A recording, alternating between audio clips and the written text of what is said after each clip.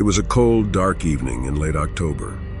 Emily, a 23-year-old recent college graduate, had just moved into her new apartment in a quaint, sleepy town. The apartment was in an old Victorian house that had been converted into a few separate units. Despite its age, the house had a certain charm that drew her to it. The creaky floors, the tall ceilings, and the antique fixtures made it feel like a step back in time. Emily had spent the day unpacking boxes, arranging her new home to her liking. As the sun began to set, she decided to take a break and make herself some dinner. The small kitchen with its retro appliances was cozy and comforting. She prepared a simple meal and sat down at her little dining table, feeling a sense of accomplishment and peace. As she ate, she looked out the window and noticed how quiet the street was. There were no cars driving by, no people walking their dogs, no children playing. It was almost too quiet. But Emily brushed off the feeling, attributing it to the town's sleepy nature. After dinner, she decided to unwind with a good book. She curled up on her couch with a blanket and opened a thriller novel she had been eager to read. The story quickly engrossed her and she lost track of time. It wasn't until she glanced at the clock and saw that it was past midnight that she realized how late it was. Emily yawned, stretched, and decided it was time for bed. She locked the doors, turned off the lights, and made her way to her bedroom. The house was eerily silent, with only the occasional creak of the old wood settling. She slipped into her pajamas and climbed into bed, turning off the bedside lamp. Darkness enveloped the room, and she quickly fell into a deep sleep. A loud noise woke Emily from her sleep. She sat up in bed, heart pounding, trying to determine what had disturbed her. The house was silent again, save for the occasional creak of the old floorboards. She listened intently, but there was nothing unusual. She told herself it was probably just the house settling or an animal outside. Emily lay back down and tried to go back to sleep, but the silence was oppressive. Every little noise seemed amplified, and her mind began to play tricks on her. She heard faint whispers, almost imperceptible, but there. She turned on the bedside lamp, casting a dim light around the room, but nothing seemed out of place. She shook her head, laughing softly at herself for being so paranoid. "It's just an old house," she whispered. "Nothing to worry about." She turned off the lamp and forced herself to relax. Eventually, she drifted back to sleep. The next morning, Emily woke up feeling groggy and unsettled. She tried to shake off the feeling as she went about her day, but the memory of the whispers lingered in her mind. She decided to take a walk around town to clear her head. The town was charming, with its old brick buildings and tree-lined streets. Emily visited a few shops, chatted with some friendly locals, and began to feel more at ease. By the time she returned to her apartment, she had almost forgotten about the strange noises from the night before. That evening, Emily settled into her routine. She made dinner, read her book, and eventually went to bed. As she lay there in the dark, she couldn't help but listen for any unusual sounds.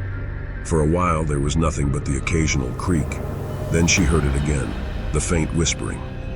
This time it was clearer, though still unintelligible. It sounded like it was coming from the walls. Emily sat up, her heart racing.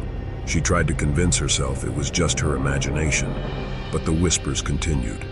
She got out of bed and slowly walked around the room, trying to locate the source of the noise. As she approached the closet, the whispers grew louder. She hesitated, then opened the door. The closet was empty except for her clothes and a few boxes. She searched through everything but found nothing that could explain the sound. Frustrated and a little scared, Emily closed the closet door and returned to bed. The whispers had stopped and the house was silent again. She lay awake for hours staring at the ceiling before exhaustion finally overtook her. The following day, Emily couldn't shake the feeling that something was wrong with the apartment.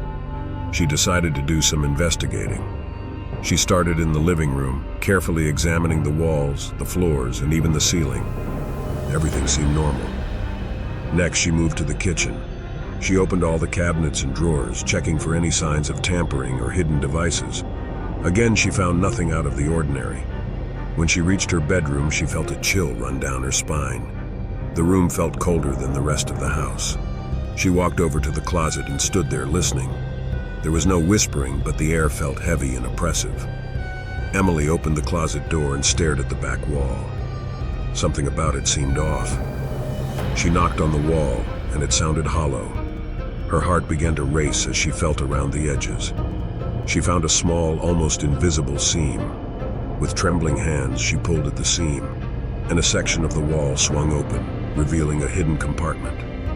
Inside was a small, dusty box. Emily carefully lifted it out and carried it to the bed. She sat down and opened the box. Inside, she found a collection of old photographs, letters, and a small, ornate key. The photographs were black and white, showing a family that had lived in the house many years ago. The letters were written in a beautiful, flowing script, detailing the family's daily life and struggles. As she read through them, Emily began to piece together their story. The family had been happy at first, but things had taken a dark turn. The father had become obsessed with the idea that the house was haunted. He claimed to hear whispers and see shadows moving in the corners of his vision. The rest of the family thought he was losing his mind. One of the letters, written by the mother, described a particularly terrifying night when the father had gone into a rage, accusing the spirits of trying to harm his family. He had locked himself in the attic, and the family never saw him again. The mother wrote of how they had searched the house, but the father had vanished without a trace. Emily shivered as she read the last letter, which ended abruptly. She looked at the photographs again and noticed something she hadn't seen before. In the background of one of the pictures, there was a shadowy figure standing in the doorway. It was barely visible, but it sent a chill down her spine. She carefully put the photographs and letters back in the box and looked at the key. It was small and ornate with intricate carvings. She wondered what it unlocked. Holding it tightly, she felt a sudden urge to go to the attic. The entrance to the attic was a small square hatch in the ceiling of the hallway outside her bedroom.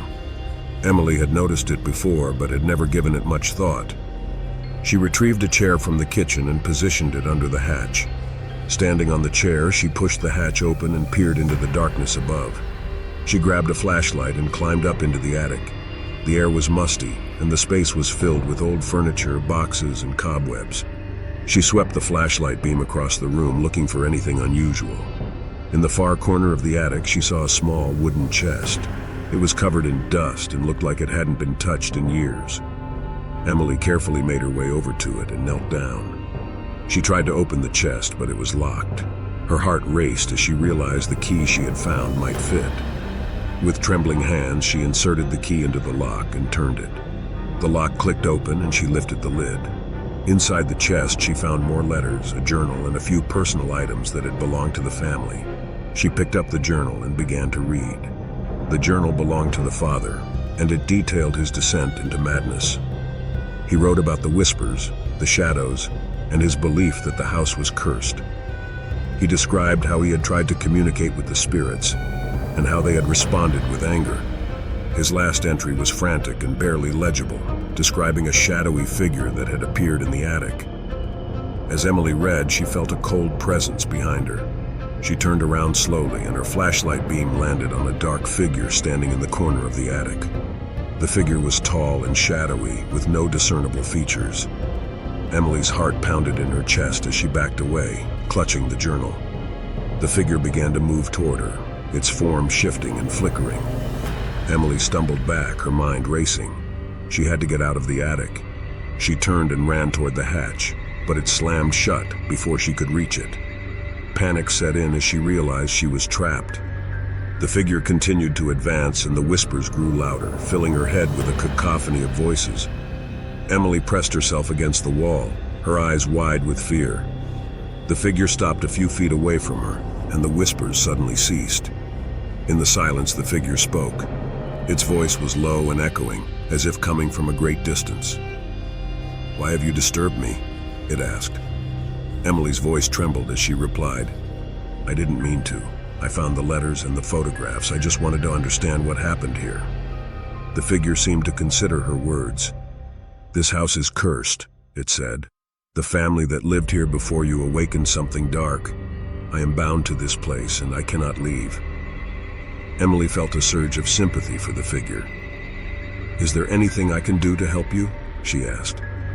The figure was silent for a moment, then replied, "There is one way. You must find the source of the curse and destroy it. Only then will I be free. Emily's mind raced as she tried to think of what the source of the curse could be. The letters and journal had mentioned the father's obsession with the spirits and his belief that the house was haunted. She needed more information. "Where can I find the source?" she asked the figure. The figure pointed to the chest. "The answers are in the journal," it said. "Read carefully."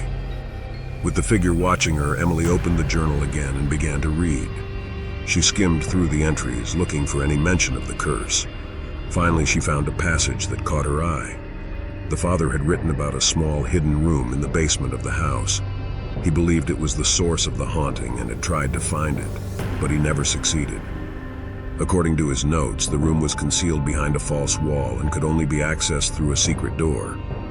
Emily's heart sank at the thought of going into the basement, but she knew she had no choice. She closed the journal and looked at the figure. "I think I know where to look," she said. The figure nodded. "Be careful," it warned. "The curse is powerful, and it will try to stop you." Emily climbed down from the attic, feeling the weight of the figure's gaze on her back. She made her way to the basement, flashlight in hand.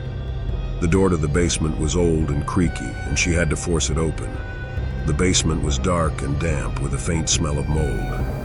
Emily shone her flashlight around, looking for any sign of a hidden room. She walked along the walls, tapping and feeling for any hollow spots. After what felt like hours, she finally found a section of the wall that sounded different. She examined it closely and discovered a small hidden latch. Her hands shook as she pulled the latch, and a section of the wall swung open, revealing a narrow, dark passage. Emily took a deep breath and stepped into the passage. The air was colder here, and she could feel the oppressive weight of the curse pressing down on her. She walked slowly, her flashlight beam cutting through the darkness. At the end of the passage, she found a small room. In the center of the room was an old wooden table, and on the table lay a book bound in dark leather. Emily approached the table cautiously. The book seemed to pulse with a dark energy. She opened the book and began to read. It was filled with dark rituals and incantations, and she realized that this was the source of the curse. The father had found the book and had tried to use its power to communicate with the spirits, but instead he had unleashed something evil. Emily knew she had to destroy the book. She looked around the room and found an old, rusted fireplace. She tore pages from the book and threw them into the fireplace, watching as the flames consumed them. The air grew colder, and she could feel the presence of the curse growing weaker. As the last page burned, the oppressive weight lifted and the air became lighter. Emily felt a sense of relief wash over her. She had done it. She had destroyed the source of the curse. Emily made her way back to the attic to find the shadowy figure gone. The whispers had ceased and the house felt different, lighter, as if a great burden had been lifted. She descended to the main floor and sat down on her couch, exhausted but relieved. The next few days passed without incident. Emily continued to settle into her new home, and the strange noises and whispers were gone. The house felt peaceful, and she felt a new sense of comfort and security. One evening, as she was relaxing with a book, there was a knock at her door. She opened it to find an elderly woman standing on her porch. The woman introduced herself as Mrs. Thompson, the previous owner of the house. "I heard someone new had moved in," Mrs. Thompson said. "I wanted to come by and introduce myself." Emily invited her in, and they sat down to chat. Mrs. Thompson told Emily about the history of the house and the family that had lived there before her. "They were a lovely family," Mrs. Thompson said, her eyes sad. "But the father, he became obsessed with the idea that the house was haunted. It was a tragedy what happened to him." Emily nodded, understanding more than she could say. She decided to keep the events of the past few days to herself. There was no need to burden Mrs. Thompson with the dark details. As they talked, Emily felt a sense of closure. She had uncovered the truth about the house and had freed it from the curse. Now she could truly make it her home. After Mrs. Thompson left, Emily stood in the doorway, looking out at the quiet street. The house, with its creaky floors and tall ceilings, no longer felt intimidating. It was just an old house with a history, and now it was her history too. Emily closed the door and smiled. She had faced her fears and had come out stronger. The house was silent, but it was a peaceful silence, and she knew she was finally home.